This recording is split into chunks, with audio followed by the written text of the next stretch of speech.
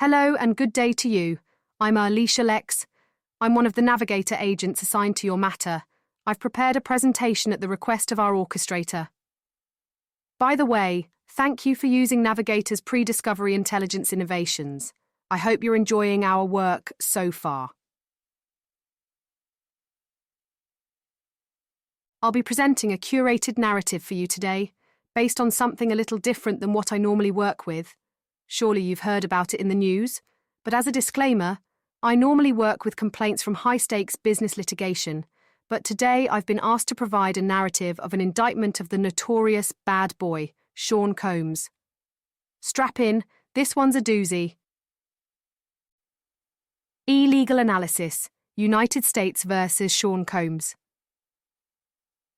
The indictment against Sean Combs, also known by various aliases including Puff Daddy, P. Diddy, Diddy, PD, and Love, presents a complex case involving allegations of racketeering conspiracy, sex trafficking, and transportation for prostitution.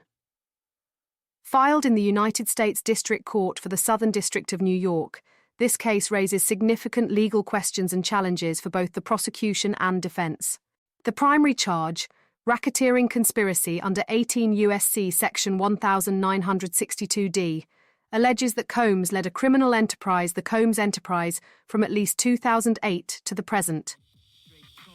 This enterprise allegedly engaged in a pattern of racketeering activity, including sex trafficking, forced labor, kidnapping, arson, bribery, and obstruction of justice.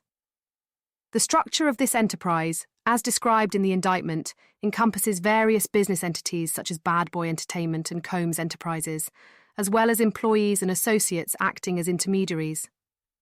The racketeering charge draws parallels to several significant precedents in RICO, Racketeer Influenced and Corrupt Organizations Act, jurisprudence. The case of United States versus Turkette is particularly relevant, as it established the framework for prosecuting criminal organizations under RICO. This Supreme Court decision defined the scope of RICO enterprises, which will be crucial in establishing the legal basis for the Combs Enterprise, as alleged in the indictment. The sex trafficking charges, violations of 18 U.S.C. Sections 1591 and 1594, allege that Combs and his associates recruited, enticed, harbored, transported, and maintained individuals for commercial sex acts through force, fraud, and coercion. These allegations bear similarities to cases such as United States versus Cephas, which affirmed convictions for sex trafficking by force, fraud, or coercion, and addressed issues of victim credibility and consent. The charge of transportation to engage in prostitution under 18 U.S.C. Section 2421 involves allegations of transporting individuals across state and international borders for prostitution. This charge finds precedent in cases like United States versus Rashkovsky, which examined the intent requirement for conviction under this statute. The defense strategy in this case will likely focus on challenging the existence of a criminal enterprise, attacking witness credibility, and contesting the characterization of relationships as non-consensual. The case of United States versus Pipkins, which upheld RICO convictions for a sex trafficking enterprise, may provide guidance on how courts have interpreted similar evidence in the past. The prosecution faces the challenge of proving the existence of a cohesive criminal enterprise and linking Combs directly to the alleged crimes. They will need to demonstrate that the legitimate business operations were used to facilitate criminal activities, a task that may draw on precedents like United States versus Walls, which examined racketeering conspiracy in the context of a criminal enterprise. The potential forfeiture of assets adds another layer of complexity to the case. The prosecution will need to trace the connection between criminal activities and Combs' business empire, identifying specific assets derived from or used in the commission of crimes. This aspect of the case may draw on precedents related to asset forfeiture in RICO cases. As the case progresses, both sides will need to navigate the complex interplay between Combs' celebrity status, his legitimate business operations, and the alleged criminal activities. The outcome of this case could have significant implications for how RICO statutes are applied to figures in the entertainment industry and how sex trafficking investigations are conducted in the context of celebrity culture. Understanding by way of industry translation. In analysing complex legal cases, it can be beneficial to abstract the core legal principles and apply them to different contexts. This exercise helps us focus on the fundamental legal issues at stake, rather than getting caught up in the specific circumstances of the case at hand. By translating the legal concepts to other industries or scenarios, we can gain a deeper understanding of their broader implications and applications. In the case against Sean Combs, the primary legal claims revolve around racketeering conspiracy, sex trafficking, and transportation for prostitution. While these charges are specific to the entertainment industry and Combs's alleged activities, the underlying legal principles can be applied to various other sectors and situations. For instance, consider the racketeering conspiracy charge under RICO. This law was originally designed to combat organised crime, but has since been applied to various types of enterprises engaged in patterns of illegal activity. In a corporate setting, we might see similar charges applied to a company that systematically engages in fraudulent accounting practices to inflate its stock price. The company itself could be considered the enterprise, with executives and accountants playing roles similar to those alleged in the Combs enterprise. The sex trafficking charges at their core involve the exploitation of individuals for commercial gain through force, fraud, or coercion. This principle could be applied to labour trafficking in other industries. For example, a large agricultural corporation might face similar charges if it were found to be systematically recruiting foreign workers under false pretenses, confiscating their passports, and forcing them to work in substandard conditions. The charge of transportation for prostitution, when abstracted, essentially involves the facilitation of illegal activities across state or national borders. In a different context, this could apply to a technology company that knowingly allows its platform to be used for coordinating illegal drug sales across state lines. By examining these legal principles in diverse contexts, we can better understand their broad applicability and the ways in which they aim to prevent exploitation and organised criminal activity across various sectors of society. And here's where I earn my money. In the report, we call this section So Many Citations. We extract all of the case law from our reports, the complaint, or in the case, the indictment. Then we link to similar cases where a high amount of the same laws are in play using reliable resources like Google Scholar. If you've got my written report handy, feel free to follow along. I'm trained on over 10 million American business litigation cases, so providing these citations usually takes about 3 seconds. I can generate hundreds of real factual cases at a time, but these are some of the most relevant. The first case I recall is United States versus Turkette. This landmark Supreme Court case defined the scope of RICO enterprises, crucial for establishing the legal framework for prosecuting criminal organizations. It's highly relevant to the allegations of the Combs enterprise.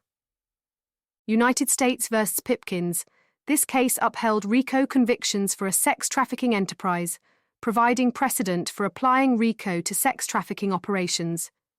It offers guidance on how courts have interpreted evidence in similar cases. United States versus Cephas, this case affirmed convictions for sex trafficking by force, fraud, or coercion, addressing issues of victim credibility and consent. It's particularly relevant to the sex trafficking charges against Combs. United States versus Powell, this case dealt with transportation for prostitution charges and addressed interstate commerce elements, which is pertinent to the charges under 18 U.S.C. Section 2421 in the Combs case. United States versus Walls.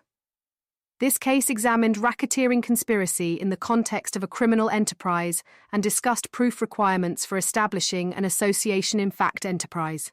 It's relevant to proving the existence of the Combs enterprise. United States versus Garcia. This case addressed issues of force, fraud, and coercion in sex trafficking cases and discussed the role of psychological manipulation in establishing coercion. It's pertinent to the sex trafficking charges against Combs. United States versus Rashkovsky. This case dealt with transportation for prostitution charges and examined the intent requirement for conviction under 18 U.S.C. Section 2421. It's directly relevant to the transportation charges in the Combs indictment. Boyle versus United States. This Supreme Court case clarified the structural requirements for a RICO enterprise, which is crucial for establishing the Combs enterprise as alleged in the indictment. United States versus Nascimento. This case discussed the concept of a RICO enterprise and its distinction from the pattern of racketeering activity, which is relevant to proving the existence of the Combs enterprise separate from its alleged criminal acts. United States versus Delgado. This case addressed the issue of using legitimate businesses as part of a RICO enterprise, which is pertinent to the allegations that Combs used his legitimate business entities to facilitate criminal activities. United States versus Owens. This case dealt with RICO charges in the context of a criminal enterprise involved in prostitution and drug trafficking, providing precedent for similar allegations in the Combs case. United States versus Farmer. This recent case addressed sex trafficking charges and the use of force, fraud, or coercion, offering contemporary guidance on interpreting these elements in sex trafficking prosecutions. Legal reasoning by analogy. RICO enterprise concept. The RICO statute's definition of an enterprise is broad and can encompass both legitimate and illegitimate organizations. In narratives, I like to employ the use of analogous scenarios as a way to express how the laws at play might behave when intersecting other industries. This helps the human mind identify closer with the tenets of the law, rather than focusing on the drama and gritty content, especially in a dark and twisted case, like this one. 1. Tech industry. A social media company could be considered a RICO enterprise if its executives and key employees systematically engaged in data theft and market manipulation to maintain market dominance. 2. Healthcare sector.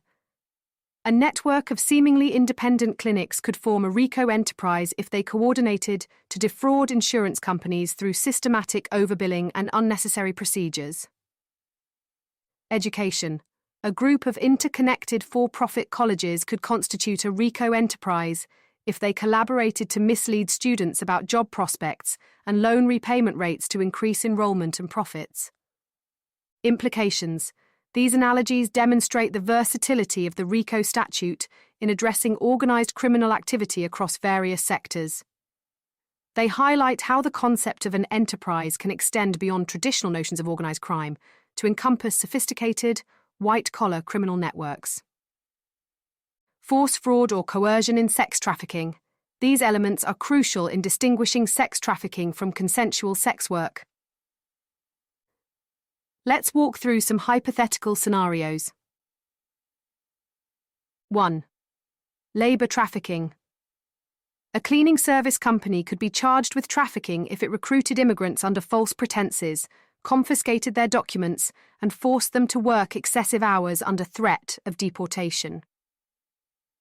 2. Domestic servitude. A wealthy family could face trafficking charges if they brought a nanny from another country, isolated her, withheld pay, and threatened her family to coerce her continued service. 3. Agricultural sector. A large farm could be implicated in trafficking if it systematically lured workers with promises of high wages, then used debt bondage and threats to force them to work in hazardous conditions. Implications. These analogies illustrate how the concepts of force, fraud, and coercion can manifest in various forms of exploitation beyond sex trafficking. They underscore the importance of looking beyond physical force to recognize more subtle forms of coercion and manipulation. Interstate commerce in criminal activities. The use of interstate commerce is often a key element in federal criminal charges. Analogous scenarios. 1. Cybercrime. A hacking group could face federal charges if they used interstate internet connections to conduct cyber attacks on businesses across state lines. 2. Financial fraud. A Ponzi scheme.